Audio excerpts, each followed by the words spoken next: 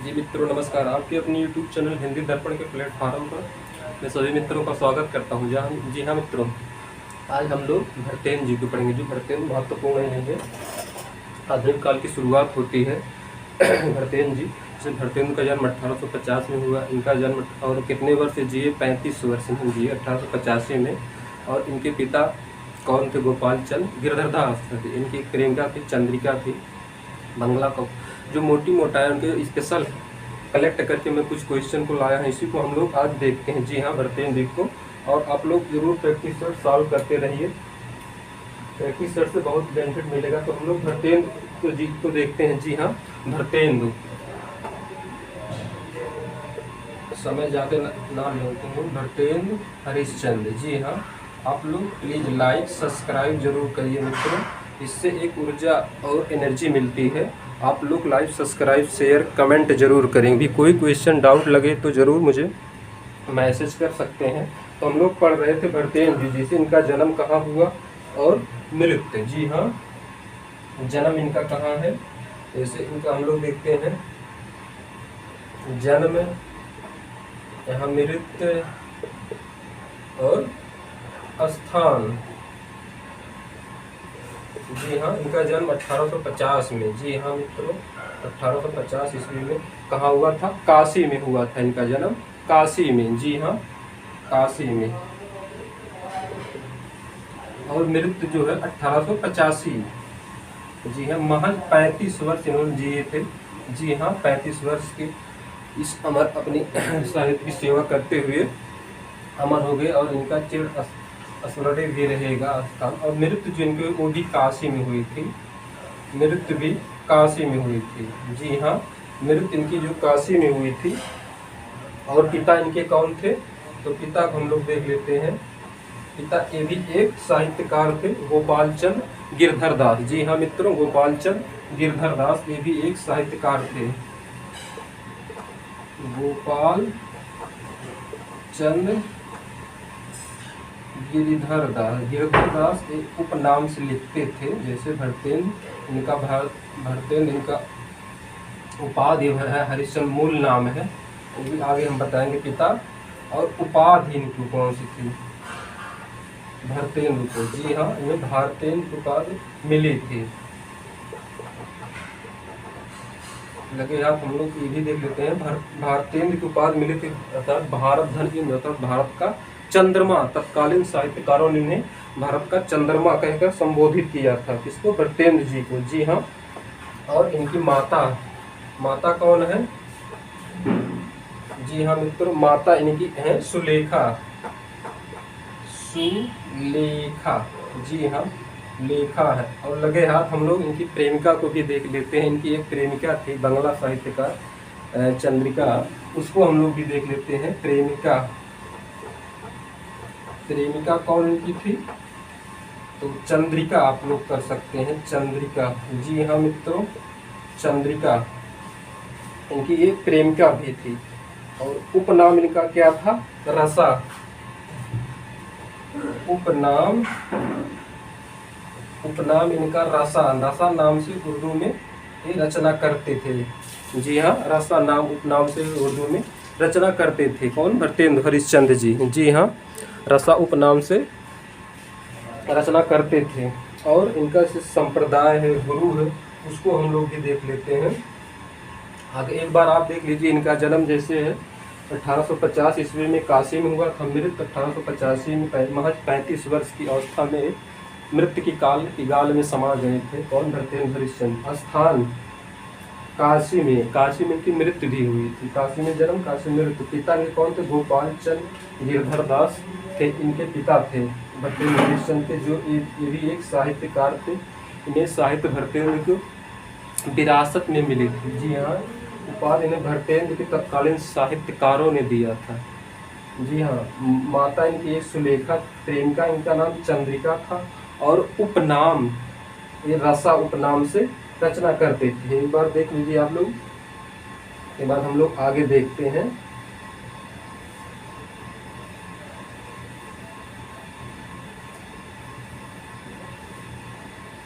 आगे जैसे इनके हैं युग, जैसे इनके युग का नाम है युग, इनके नाम पर युग भरतेंदु युग पड़ा, युग भारतेश भरतेंदु द्विवेदी युग है ना, भरतेंदु द्विवेदी युग है। छायावाद है, छायावाद उत्तर प्रगति काल, इसी प्रकार आगे भी है भरतेंदु युग, इनके नाम पर पड़ा भरतेंदु युग। जी हाँ, भरतेंदु के नाम पर भरतेंदु युग पड़ा। और गुरु इनके कौन थे? गुरु राजा शिव प्रसाद सितारे हिंद थे, राजा शिव प्रसाद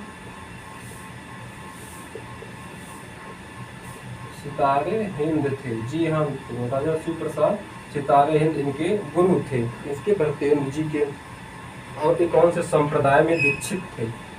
संप्रदाय में दीक्षित थे। जी हाँ, संप्रदाय की अगर बात हम करें तो ये बल्लभ संप्रदाय है, ये वल्लभाचार्य जी का बल्लभ संप्रदाय।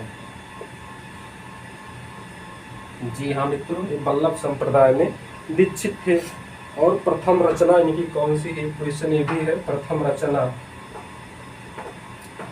रचना इनकी कौन सी है? तो इनका एक अनुदित है, एक विद्या सुंदर नाटक था,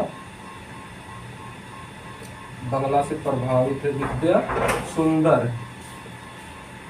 सुंदर है, इसको किसने 1868 में लिखे थे। 1868 में कवि वचन सुधा पत्रिका का संपादन भी इन्होंने किया था।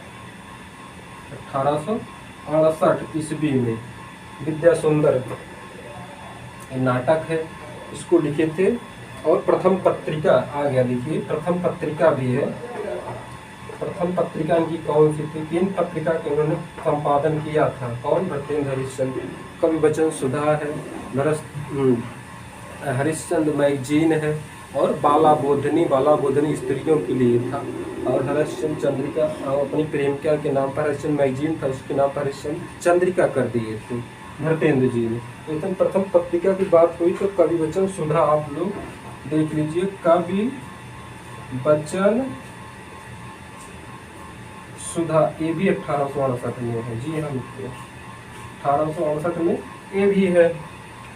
और प्रथम खड़ी बोली की रचना बहुत इम्पोर्टेंट है। प्रथम खड़ी बोली की रचना आप लोग देख लीजिए पुनः। युग भरतेंदु युग है, गुरु राजा शिव प्रसाद सितारे हिंद है। संप्रदाय में कौन से दीक्षित थे? बल्लभ संप्रदाय। प्रथम रचना इनका विद्या सुंदर। प्रथम पत्रिका है कवि वचन सुधा है, जो 1868 ईस्वी में इन्होंने इसको लिखा था। ये पहले क्या थी? पहले ये मासिक थी, फिर बाद पाक्षिक। आप लोग देख लीजिए यहाँ, पहले 30 दिन के बाद 15 दिन के बाद साप्ताहिक, अर्थात मासिक, पाक्षिक, साप्ताहिक।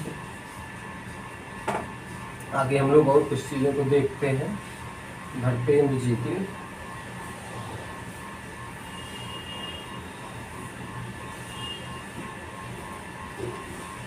आगे और कुछ चीज़ है, उसको हम लोग देख लेते हैं।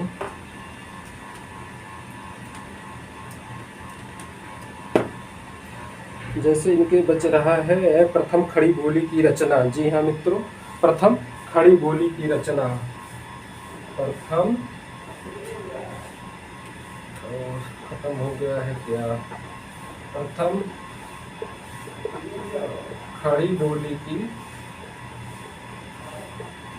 रचना। जी हाँ मित्रों, प्रथम खड़ी बोली की रचना कौन सी इनकी है?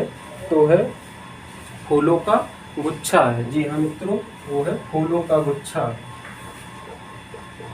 फूलों का बहुत महत्वपूर्ण है। बाकी तो इन्होंने क्या ब्रज भाषा में रचनाएं की थी ना, इसीलिए बहुत महत्वपूर्ण ये हो जा रहा है कि फूलों का गुच्छा है इनका प्रथम खड़ी बोली की रचना। जी हाँ, प्रथम खड़ी बोली की रचना फूलों का गुच्छा है, जो बहुत ही महत्वपूर्ण है।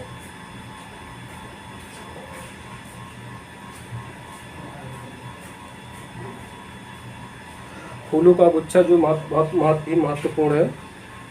आगे प्रथम संपादित समाज इनका है। प्रथम संपादित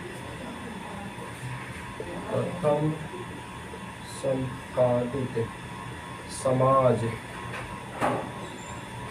मैंने समाज भी बनाया था। प्रथम संपादित समाज है कविता वर्धनी सभा है। जी हाँ, कविता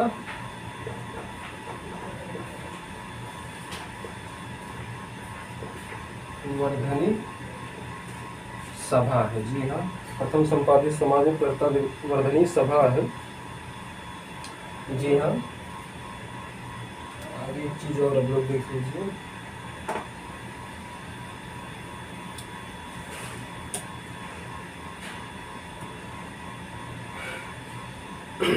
जैसे इनकी कुछ रचनाएं भी हैं। इनकी 3 हमने बताया, एक कवि वचन, सुधा है, पत्रिका है, और हरिश्चंद्र मैगजीन, और तीसरी है बाला बोधनी। जी हाँ, ये 68 में है, 68, 73 है, और ये 74 है। 8 अंक बाद हरिश्चंद्र चंद्रिका हो गई थी। हरिश्चंद्र चंद्रिका नाम कर दिए थे इसका। 8 अंक अर्थात 8 महीने बाद, और ये 30, 15 और 7 अर्थात मासिक, पाक्षिक और साप्ताहिक थे। और ये बाला बोधनी जो है ये स्त्रियों के लिए थी, स्त्रियों पर थी। जी हाँ, कविवचन सुधा 1868, हरिश्चंद्र मैगजीन 1873 है, और बाला बोधनी, बोधनी हो गया, बोधनी 1874 है, और हरिश्चंद्र मैगजीन जो हरिश्चंद्र चंद्रिका नाम पे बंगला इनकी प्रेमिका को उन्होंने बताया, उसी के नाम पर इन्होंने हरिश्चंद्र चंद्रिका कर दिया था। आगे कविवचन सुधा जो है 30 पाक्षिक साप्ताहिक हो जाएगा। आगे इनकी कुछ रचनाएं भी हैं, जैसे इन्होंने नाटकों की संख्या, कुल 17 नाटक इन्होंने लिखे थे। 17। पहले हम लोग देख लेते हैं नाटक अनुदित। अनुदित नाटक कितने थे, और मौलिक, मौलिक रखा है जो अनुदित ना हो, मौलिक नाटक, अनुदित नाटक। जी हाँ, इसकी संख्या 8 है और इसकी संख्या 9 है। जी हाँ, इसकी 8 और इसकी 9 है। और इन्होंने आत्मकथा भी लिखा था, आत्मकथा, आत्मकथा इन्होंने 3 की लिखा था, 3। जी हाँ, कुछ एक कहानी, कुछ आप बीती, कुछ जग बीती। एक कहानी, एक कहानी, कुछ आप बीती, कुछ जग बीती। जी हाँ, इनको 3 आत्मकथा इन्होंने लिखा था, कुछ एक कहने, कुछ आप बीती, कुछ जग बीती। इस प्रकार इन्होंने 3 आत्मकथा भी लिखे थे। ज़्यादातर इनका योगदान नाटकों में भी साहित्य के भी क्षेत्र में इनका रहा है। और इन्होंने उपन्यास 2 लिखे थे, उसको हम लोग देखें तो उपन्यास है 2 महत्वपूर्ण है। उपन्यास सम्राट प्रेमचंद को कहा जाता है, तो उनके 2 उपन्यास भी हैं महत्वपूर्ण। उपन्यास इसके भरतेंदु जी के। जी हाँ, भरतेंदु पूर्ण प्रकाश और चंद्र प्रभा। एक है पूर्ण प्रकाश, दूसरा चंद्र प्रभा। जी हाँ, एक पूर्ण प्रकाश, दूसरा चंद्र प्रभा। इन्होंने 2 उपन्यास लिखे थे। और इनकी यात्रा वृत्तांत भी है, जैसे स्वरूप प्यार की यात्रा है, महदावाल की यात्रा वृत्तांत की शुरुआत भी भरतेंद्र हरिश्चंद्र से माना जाता है। तो यात्रा वृत्तांत इनके हैं, यात्रा वृत्तांत। नंबर 1 इसे है सरयू पार की यात्रा, सरयू पार की यात्रा, और दूसरा है इसे लखनऊ की यात्रा। 3 लिखे थे, लखनऊ की जो महत्वपूर्ण लखनऊ की यात्रा, और महदावल की यात्रा। जी हाँ, मैंने बताया इनके 2 उपन्यास थे, पूर्ण प्रकाश और चंद्र प्रभा, और 3 आत्मकथा थी, एक कहने कुछ आप बीती कुछ जग बीती, और 3 यात्रा वृत्तांत, सरूताल की यात्रा, लखनऊ की यात्रा और मेहदावल की यात्रा। इसका इस प्रकार सत्येंद्र हरिश्चंद्र एक कहानी भी लिखे थे, इसको भी हम लोग देख लेते हैं। एक ही कहानी है जो महत्वपूर्ण है, एक कहानी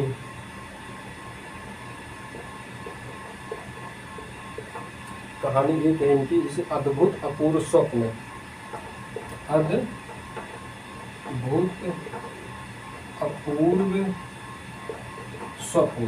जी हाँ, अद्भुत अपूर्व स्वप्न, जो महत्वपूर्ण चीज़ उसको मैंने बता दिया आप लोगों को। अद्भुत अपूर्व महत्व स्वप्न उपन्यास पूर्ण प्रकाश चंद्र प्रभा है, और यात्रा वृत्तांत है इनकी सरूपाल की यात्रा, लखनऊ की यात्रा, मेहदावाल की यात्रा। आत्मकथा है कुछ आप बीती कुछ जग बीती, एक कहने कुछ आप बीती कुछ जग बीती, एक कहने। इस पर 3 है। उनके जन्म इसे 1850 है, मृत्यु 1885 काशी में हुए थे। प्रेमिका इनका जो है, इन सब चीज़ों को हम लोग विस्तृत देखें, और आप लोग लाइक सब्सक्राइब शेयर जरूर करें। जी हाँ, आज इतना ही। आगे हम लोग प्लीज़ आप लोग लाइक सब्सक्राइब शेयर कमेंट करें। कोई भी क्वेश्चन डाउट लगे तो आप लोग डिस्क्रिप्शन में मैसेज नंबर दिया हुआ है, उसको आप लोग व्हाट्सअप कर सकते हैं। जी, आपका दिन शुभ हो, रात्रि मंगलमय हो। जय हिंद, जय हिंद।